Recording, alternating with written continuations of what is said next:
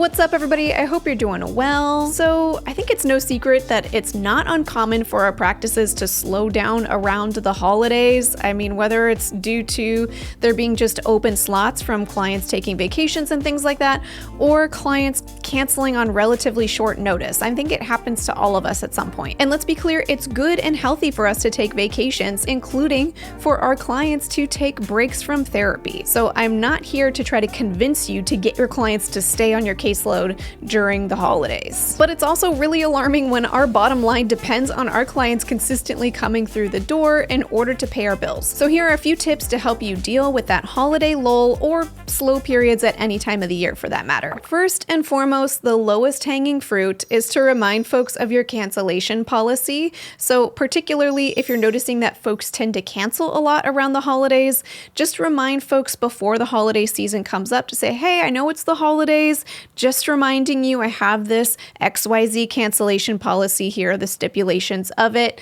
And so if you need to cancel an appointment, just give me a heads up within the allotted time frame, etc. And if you don't have a cancellation policy in place, this is a good time to think about whether it makes sense for you to have one. I have a whole video about how to reduce no-shows and maybe a separate video about cancellation policies. I can't remember, but whatever I've created on that before, I'll link to that below if you'd like to learn more. And the next tip is to observe when the lulls tend to happen in your schedule over the years and try to plan your vacations at the same time. For a lot of us, there tends to be some kind of pattern to when our practice gets busier and slower throughout the year. Observe where those patterns tend to be in your schedule and then plan your vacations around those times. If you currently feel like you can't afford to take a vacation in your practice, then you could definitely use some restructuring on how you set things up during the weeks that you are working so that you can afford to take weeks off. I have a whole video with an equation for how to plan out how much income you want to earn at the end of the year, and then to schedule out your calendar based on how many clients you want to see per week, how many vacation weeks you want to take, and all of that. It feels like an ancient video, but it's still the same equation I use today. So I'll link to that video below if you want some help figuring out how to spread out your vacation time. Another tool to help you with those holiday lulls in your practice is to create some buffer in your income. So if your income is set up so that there's absolutely no wiggle room for any lulls to come, then you're going to be freaking out when you have those cancellations pop up or there's just those open slots in your schedule for a couple of weeks a year. So you might want to consider tagging on a few more dollars to your cash rate in order to have some of that wiggle room. And when I say tag on a few more dollars, I actually mean it might just be a few more dollars. For example, if let's say you see 20 clients a week and you work 46 weeks out of the year, if you just raise your rate by $5 per session, then that allows an additional $4,600 of wiggle room per year so that when you have those cancellations and open slots pop up,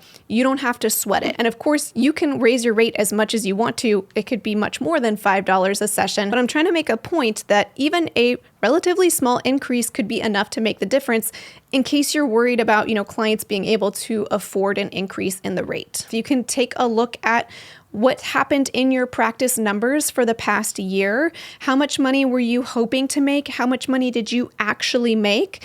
How many clients did you see for the duration of the year? And just crunch some numbers to say, how much do I need to increase my rate in order to meet that number that I was trying to hit? Math isn't always fun, but it is your friend, so feel free to use it to your advantage. Another tip is to beef up your marketing just before the lull, or if you want to, you could do it right after the lull happens. Something that I notice happen for a lot of folks is that when the lull pops up at kind of the same time it seems to pop up every year, we still get kind of caught off guard by it, and it probably isn't going to be different this year unless you drastically change to something else. So it's good to be kind of mentally prepared to say, here we're coming into December or whenever it tends to happen for you in your calendar.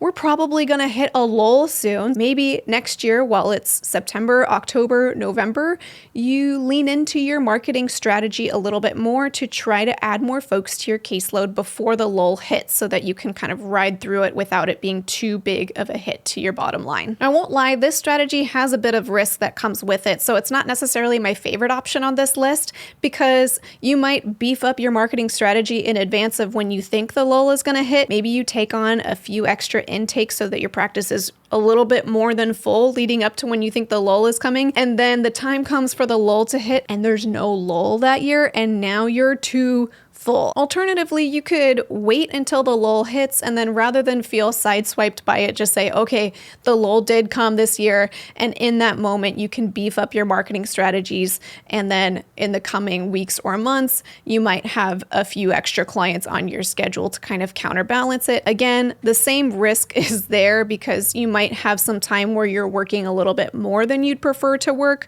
but I want you to know that that option is there because that one feels often the most accessible to implement in real time. Another tool to deal with holiday lulls in your practice is to beef up your overall marketing strategy.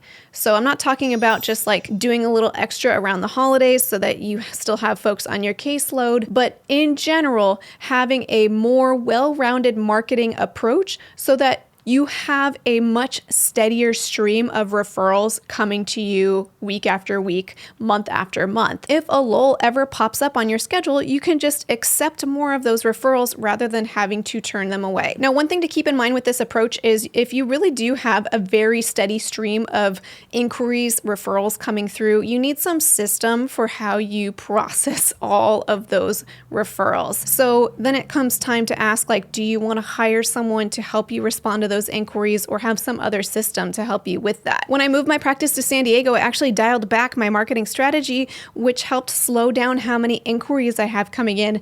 And that's helped me have a lot more peace of mind personally to not have to respond to so many inquiries. So keep that in mind. All of these tips have pros and cons, and that's something to be aware of with this one. And of course, me being me, I can't make this video without mentioning the option of fostering other sources of income so that you're not relying exclusively on your private practice income to pay your bills. I'm putting this one last because this one isn't going to necessarily be the right fit for everyone. And also, this one tends to take the most amount of advanced preparation for. So if you're watching this video because you're having a lull in your practice right now, you're probably not going to foster some new source of income that's going to pay you something in the next week or two, for example. But if you would like to start fostering another source of income so that, next year or whenever the next lull comes around, you have enough of a cushion from your other source of income, then by all means, go for it. Now, there's many ways to build an additional source of income, not just building an online business like I have. You could teach, you could do consulting, you could do a lot of different things. I have a whole video covering alternative careers for therapists, so I'm not going to go over all of them right now. I'll just link to that video below if you're interested in exploring additional sources of income. Well, those are just a few tips to help you through the holiday lull or, whatever time of year the lull is happening in your schedule. Feel free to leave a comment below if there are any tools that you found useful to deal with those downtimes in your practice so that other folks can glean from your experience as well. And before we close, I'd like to thank TherapyNotes.com for sponsoring this video.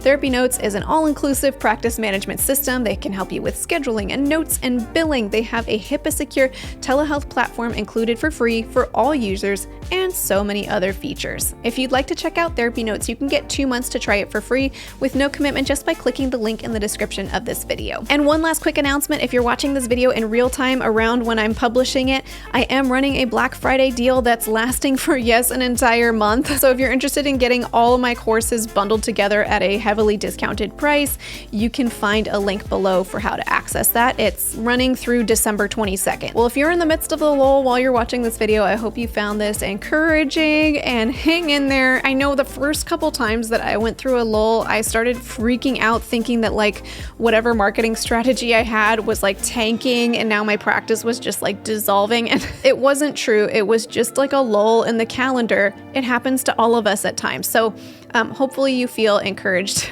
that it's going to be okay. And until next time, from one therapist to another, I wish you well.